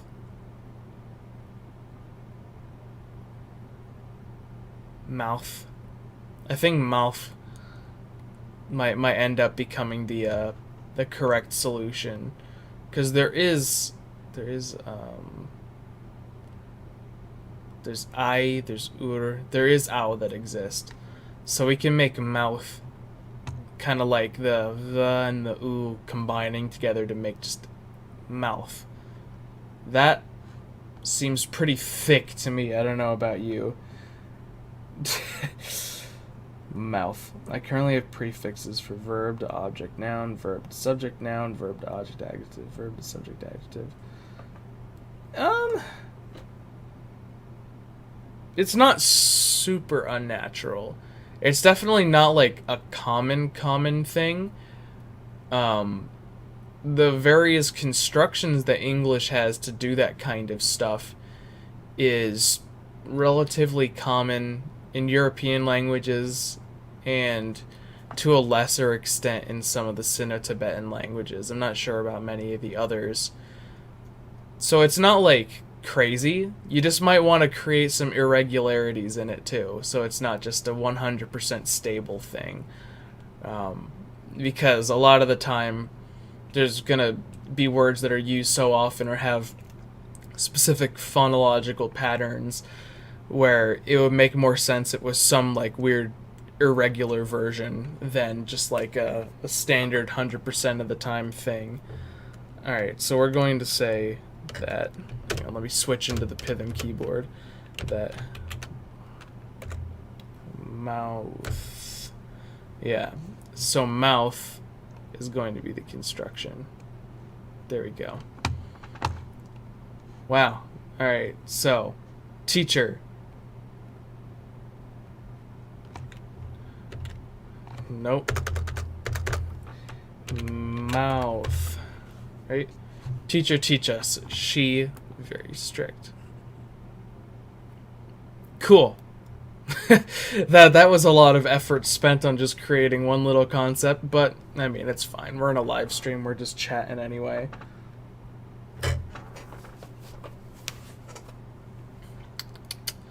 All right. Strict. You. Ooh, which is. Oh god. Hang on. Which is you. And then weren't allowed to breathe in her lessons.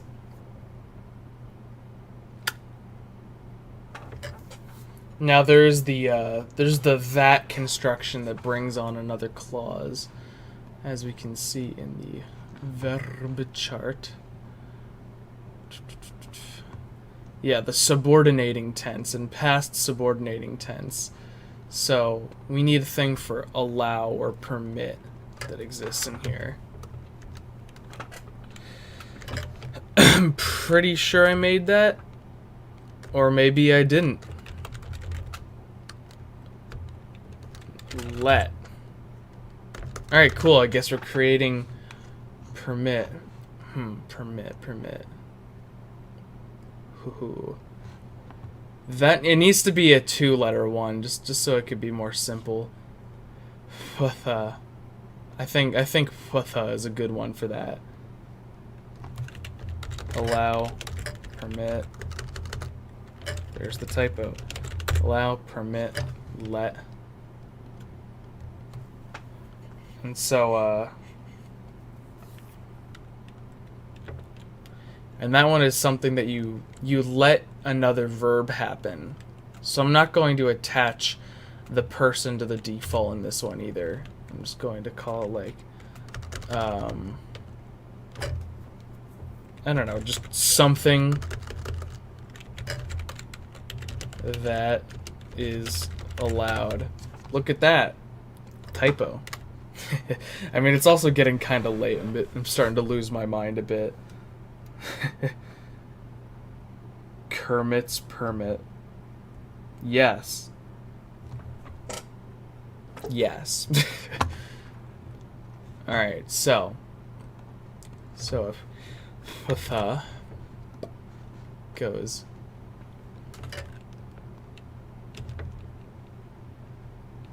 and so allow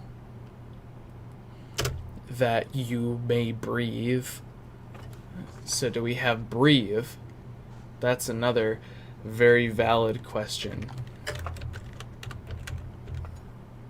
Breathe. To breathe water. That's the only breathe. Just to act like a fish is to breathe water. Oh my god, I'm such a troll to myself. Jesus Christ. Okay. So breathe, I'd like it to be very voiced, or at least include ph. Maybe like a the combo. Ph.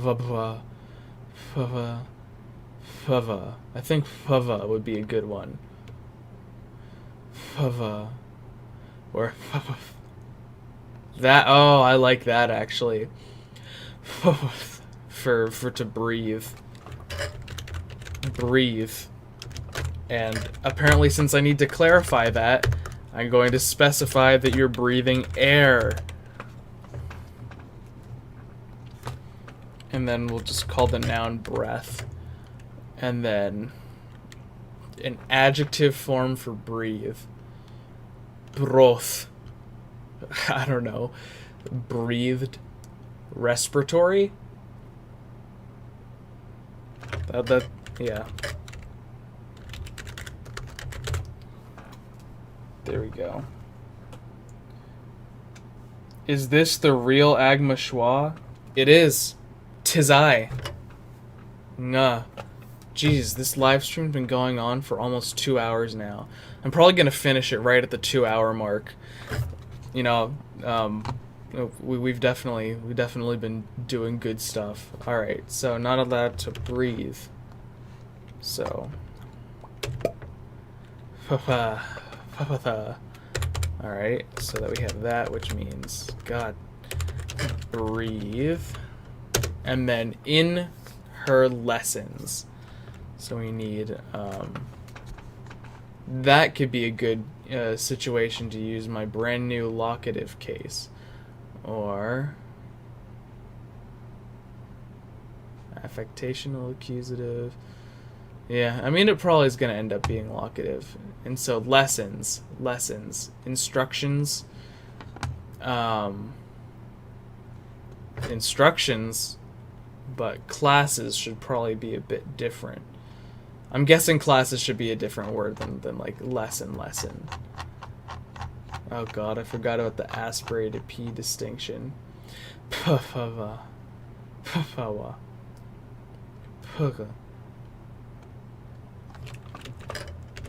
I'll call class school session as like a definition of the basic form here. So that can be a good one for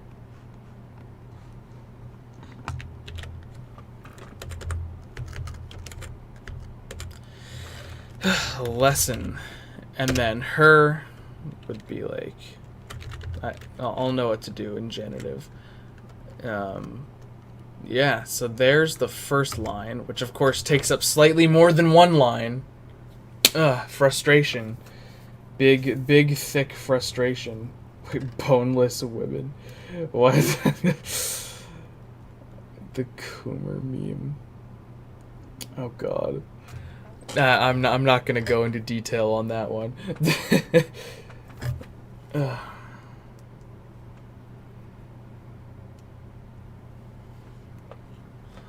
Oh god, Coomer. Good old Coomer. The Discord people may or may not be discussing getting a body pillow. I'm not gonna specify the details of that, but they really, really want to ship me a body pillow to put in that corner right there. And I mean, I'm disgusted, but I'm totally willing to do it because, you know, it's obviously we're memers here. Mate, what do you style your hair with looking fly like that? Like a G6. What do I style my hair with? It's this gel called, oh god, it's a pomade called Suavecito. And it's really good. I'm almost out of it. I need to get more. But yeah, Suavecito pomade gel. Very good stuff. Like, you know, you put that stuff in there and your hair is set on being Gucci for like a couple days before it needs to be like redone. So it's a good time. And I mean, it definitely kind of imprints to what you wear. So like, it's probably going to be kind of screwed up with the headphones on. Actually, well, yeah, it looks a little bit triangular in the back since I've been wearing the headphones. But, you know, overall, definitely a good hair gel. Oh no. Finna steal my look. We send you a body pillow of Guam. I know what you're talking about. There is no Guam. There is no Guam. There is no Guam. Hang on, I need to do that a little more ASMR like. There is no Guam! I'm sure that felt good in all of your headphones or whatever. Anyway. Scammed out of 50. Marina in pillow form. Oh god, Marina like Marina and the Diamonds. Good singer. Been a body pillow? Interesting. Anyway, so then the next step in making the gloss is you need to determine the case and the number and all that. And so now we need to say like so we know that I is, god damn it, there we go. I is nominative, right? And so, oh, I hate it when it does the auto capitalization. I don't do auto capitalization. Get out of here. That's true. That's true. Oh yeah, it's daytime for you, Salem. Have fun gymming. You could always you know, keep listening while you're running on the treadmill. I mean, there's only a couple minutes left anyway, but you know how it goes. The Splatoon Marina. Oh, that one. Okay, yeah. No, that's a better meme right there. Okay, that makes more sense. God, yeah. There's not many marinas in my life. Anyway, so I, and then we know that well, I don't know if you guys know it, but I know it because I remember still some of this is singular, right? And so then we have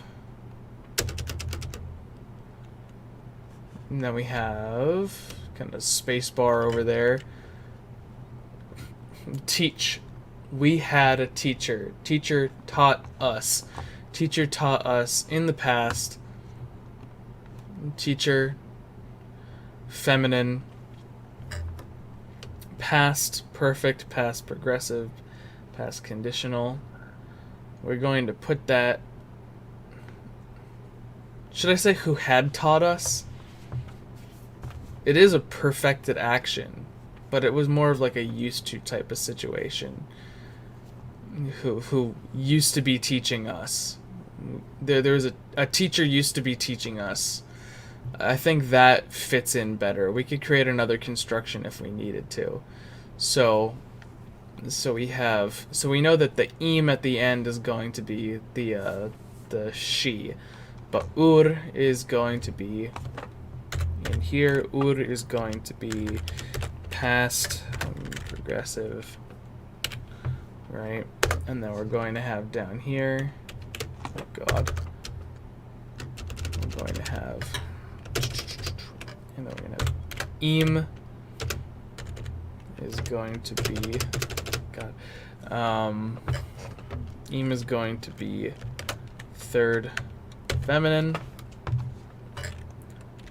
and then us is first plural, ar. Yeah, so ar is going to be attached to it.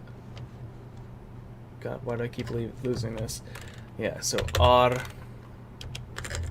is us. Oh god. Do you mean during her lessons? Yeah, during her lessons, where we're gonna get that all typed out. I only listen to lewd ASMR. Oh my god. Jesus Christ.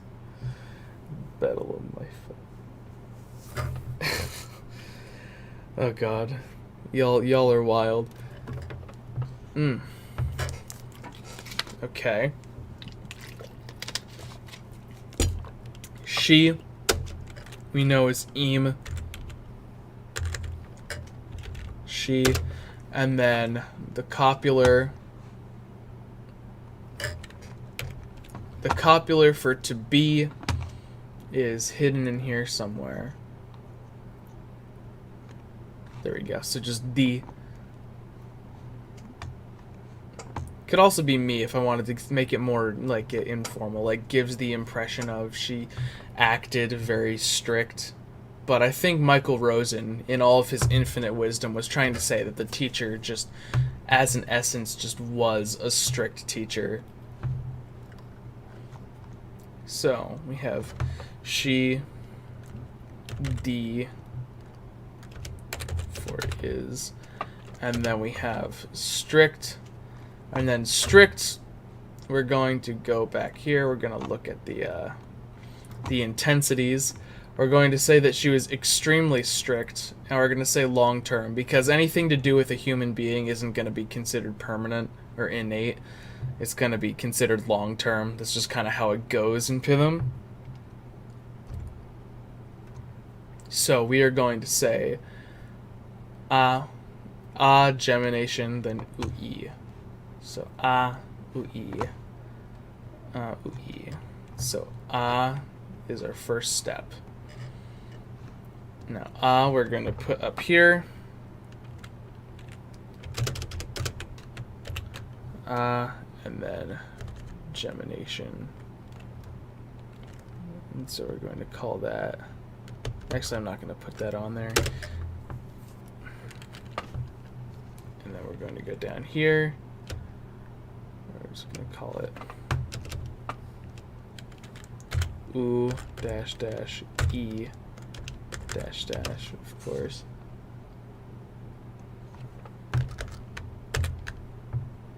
Underscore. Underscore doesn't exist in the Python keyboard. That's true. That is very true. Okay, dash dash means is the very, right? No, is the long term. Alright. And that means T2. And then this is the intensity, and that's going to be I3.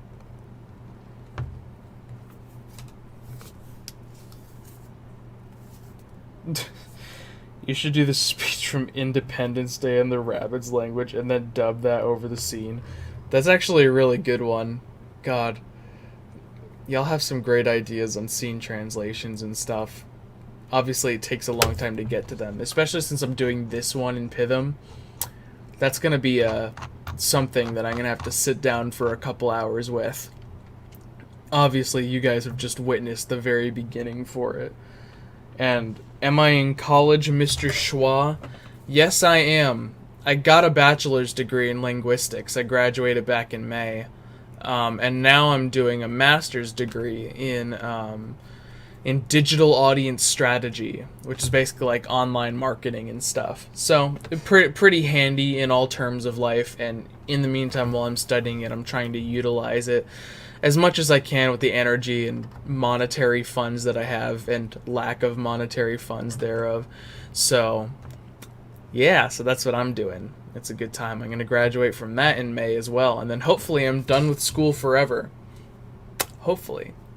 Hopefully. I beg of myself to not sign up for any more school. I need some time on my own to like actually engage with my life. That's the hope. I'm suffering through Calc 2. If I pass, I never have to take calculus again. I loved calculus. My original major in college was math, and then I switched out because I didn't like the way the School of Mathematics or whatever did their I didn't like the way they organized their online homework and stuff. It was really stupid and it was counterintuitive, and that was literally enough for me to say, like, okay, I'm not doing this for 4 years.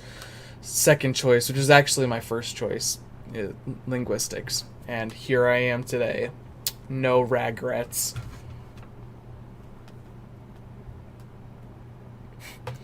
Your presentation skills are second to none this channel. Why, thank you. Thank you very much. I definitely hope so. And I'm definitely striving my best to create as much of a successful community as I can. I mean, yeah, like, sure, I've always wanted to get to, like, 1,000 subscribers, because that was, like, my childhood dream and all that. But, like, honestly, I didn't expect the community to be this amazing. That's really like the best part. You know, just coming home from work every day and just seeing like hundreds of people like having conversations on Discord and stuff, and I show up and they're all just like, "Hey," and we just have a good time. And then, you know, having live streams and we all just kind of meme around for a while and, you know, get some work done. that's like my favorite part. So if I can continue doing that long term, I would love to, especially if I can, you know, eventually get to like monetization levels where I could actually get some money out of it, and then I could devote even more of my time to it. That would be top notch. So I hope we get big. I mean, in terms of like the Conlang community, you know, there's really only like Jan Measley, Artifexian, and Biblaridian who are bigger than I am at that point, but that's a pretty big gap to jump. So, you know, someday. But yeah. The calculus classes aren't fun. Yeah, I agree with that. Calculus classes are not fun. The one I was in high school, though, was pretty good because the teacher kind of let me take over, because I was one of the only people in the class who, like, actually understood the concepts, as in, like, you know, I kind of have that kind of mindset where if I get, like, a set of rules for something, I'll try and skirt the rules as much as possible to get things done with as little effort as possible. And so I would find ways to do that with calculus things, you know, finding ways to circumvent the calculator and stuff, and then I would show people those kind of tips. And then, yeah, so the teacher really liked me, so I kind of got to do whatever I want. I even would be allowed to sometimes just kind of leave the class and go teach geometry in the other room because I was bored. But, yeah, that was a fun thing that happened. What job am I gonna get? Mr. Agma. That's a good question. I mean, I would like to be a social media strategist for a company. And it would be cool if it was my own company. I have my own, like, landscaping business on the side right now, basically. Like, I work at a plant store, and then I do my own landscaping stuff on the side. And the landscaping stuff on the side that I do is actually a lot more money than actually working at the plant store. I just stay at the plant store because it's like a constant, and I enjoy working at the plant store. Like, it's really nice doing the landscaping stuff on my own, but like when summers are as bad as they are here, it's pretty painful. So I would like to not have that be my career if possible, unless I move to another place where it's cooler out in the summer, so I don't have to come home every day and, you know, have like a crippling headache from the heat. You know, that's something I don't want to have to deal with my whole life, which is why I would like to entail myself in online dealings as much as possible. Yeah, like last week, I don't know if the camera can see it, but my hand is like screwed up because I got stabbed on a Madagascar palm while I was doing a potting, and I don't know if you know what a Madagascar palm is, but it's a type of euphorbia. I mention it in the video that's coming out because my hand is visible in the video. Madagascar palm. These guys. You see these guys right here? That's a Madagascar palm. It's a type of euphorbia. The juice inside is poisonous, but I never had a problem with the juice inside of them before until a week ago. I stabbed my hand on a Madagascar palm, and suddenly my whole hand like turns to blisters, and then it just makes these like permanent, probably, scars that are on my hand. So now my hand just kind of has spots on it. So that's fun. That's really fun, you know.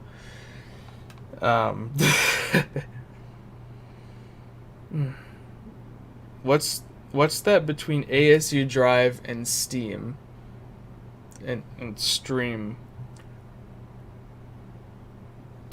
That's Homestuck.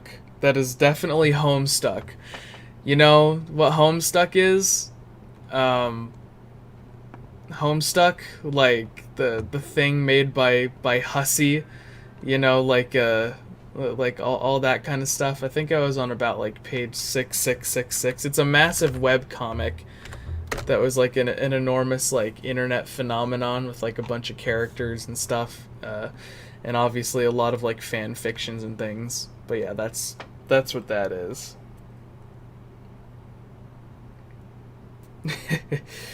Yeah. I will get well soon, Skinny Hedgehog. It's healed. It's healed in like a scarred kind of way, you know? So it's just fun. I'll just consider it like a part of my character design, you know? If you're ever making fan art of me or something, just gotta put some spots on my right hand because that's probably gonna be there for a while. I'm not like embarrassed about it or anything, but it's just like a really stupid way to get a very visible scar just poked by a Madagascar palm. But yeah. Anyway.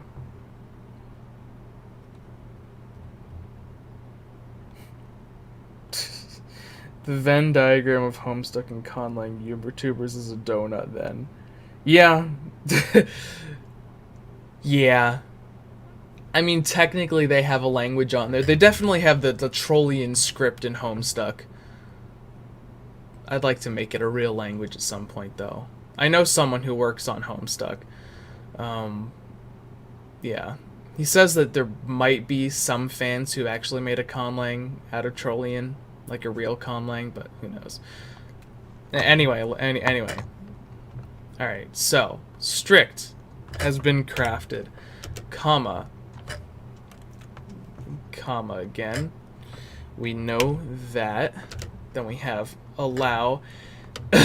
You allowed. This is a subordinating one. Subordinating verbs in Python are interesting because they are literally just a special conjugation. Kind of, it's more of a modal. I should really change its name to modal, but it just crafts a subordinating clause. So past subordinating is and ah. So is the past subordinating part, and it would have to actually be, and you, referring to you plural, unless he's talking about we in that situation. You weren't allowed to breathe in her lessons. We're just gonna call it you for now. It'll be fine. So yeah, for here we have is referring to past sub, which is modal, you know, just so you know. And then we have and then with emphasis on it. Is referring to second plural, space. And then breathe, you weren't allowed that you breathe, is basically the most direct kind of translation I could come up with in there. And we're just going to use basic past in that sentence, so that's and So ur. So we have u is past. Then we have ur is second plural. And so breathe. And then lessons. Now we need in her lessons, so that's going to be locative. So locative at her lessons. That's and then era. Okay, so era.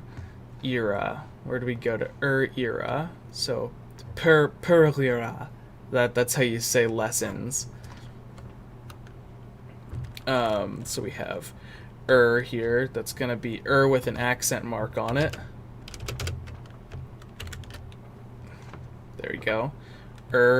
Dash dash. And then that's locative.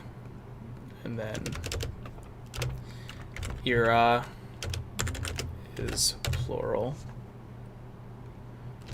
Cool. There we go. And then all we need now is genitive for her. I haven't checked out the messages in a sec. If only Guam was a real place. Yeah. I totally... If only it was. It would be a really nice place if it was real, but like... What are you gonna do? Oh, what are you gonna do about it?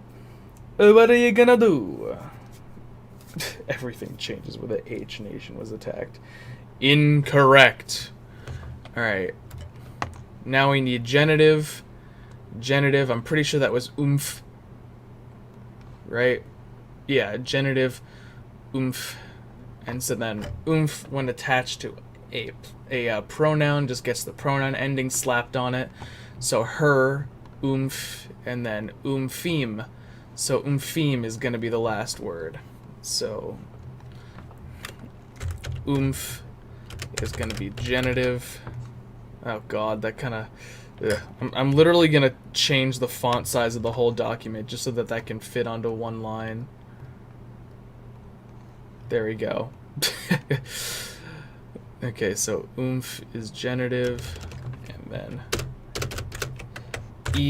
emphasized is going to be third feminine.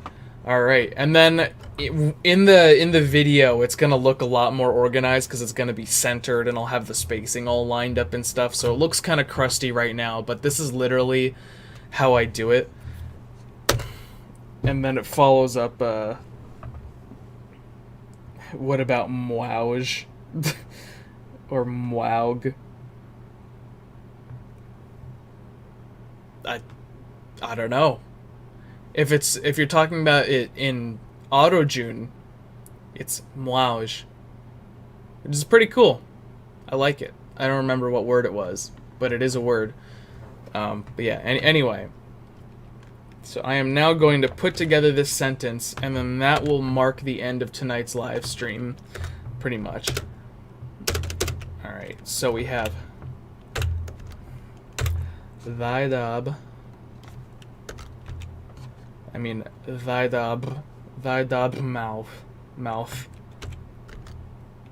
Should I have that as one word? Thy mouth.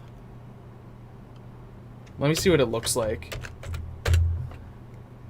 I think that looks more put together as like a word to associate as one word. Alright, so then we have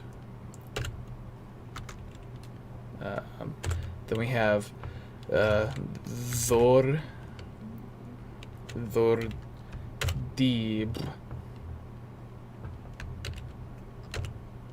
Yeah, so Dhordib, right? And then we have us is otter, and that's just gonna get slapped onto the end. So thy mouth Dhordivar.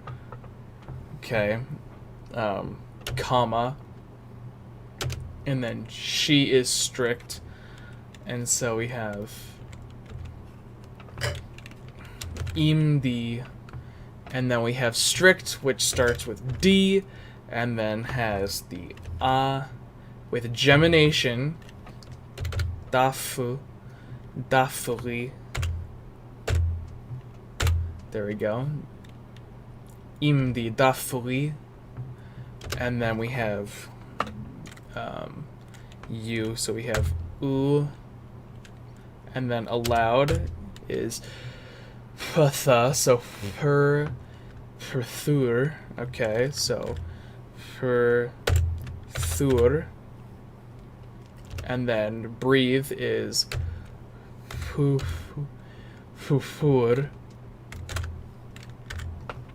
Alright, and then we have in her lessons, so we have Perlira. Yeah, not that one. Perlira. It's weird typing on this keyboard right now. Is there a word for mask in Arojun? If not, I think I did do that. Wasn't it like in a previous live stream? If not, then I'll do it. I think it was like Kanohao or something. But I'm pretty sure I did that. Yeah, I think you mentioned that last time. Anyway, Perlira, and then Umfim. Umfim. There we go. The first of many sentences in this Michael Rosen dialogue. Thy dabma vordi var im di dafuri uferthur fufur pirira umfim. There we go. Absolutely. Oh. Reverse Guam. Oh shit. Reverse Guam strikes again. Jeez. Okay, we have to do an investigation on the internet at some point as to where exactly Mwaug is. I'm sure Mwaug is out there somewhere. Because obviously something happened to real Guam. You know, it was an inside job, most certainly.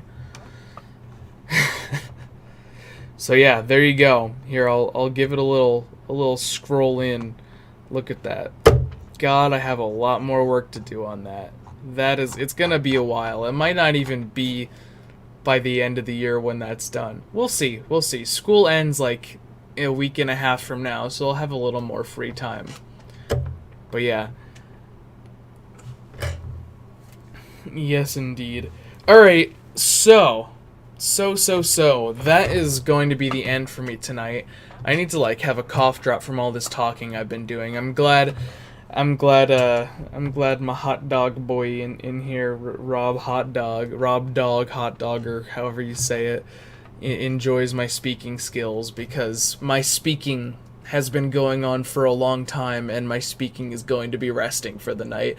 I'm probably not going to be talking much in the morning, but yeah, good times. This was definitely a really fun live stream. We also hit a record of people on here, at least I think. I think at one point we had a solid like 21 people watching, which I'm pretty sure is the record. We might have actually gotten to 25 a couple of months ago, but I don't remember whether that actually happened, because I thought 15 was really good. But yeah, we had 21 on here at some point, which is really good. Obviously it's not like massive, but again, here we are. We have a community. Our community is doing great. Join the Discord server. I have a Patreon too. I don't really expect much of that out yet, but there are 4 people who are patrons to me already. So if you want to become the 5th, you know, go ahead, and it's like $1 a month or $3 a month, depending whether you want to be the nga or the yeah. So that's a thing that exists. The book, put in a request for it if you want it, and whenever version 2 is ready, then that'll come out. Yeah, again, most of our action happens on Discord when stuff isn't going on, and I'm going to be, again, trying to get videos out every single Tuesday, and I'm going to do more live streams, most likely continuing to be on Saturday nights until the end of the year and beyond. So yeah, just be around, watch us climb to 1,000 subscribers and beyond. I'm glad you're all here. I'm glad we had a good time. I'm glad you got to witness this and we got to look at memes and talk about some good stuff. So yeah, that is it for me tonight. I am going to log off and try and get on the little YouTube stream thing and end the live event as soon as I can. So glad y'all were here. have a good night or morning depending on what region of the world you're in. I definitely had a good time, and it is midnight for me now, so I'm going to go to sleep, and I'm going to wake up in the morning and do homework. Alright, see y'all later. GG. Mwah. Nga out.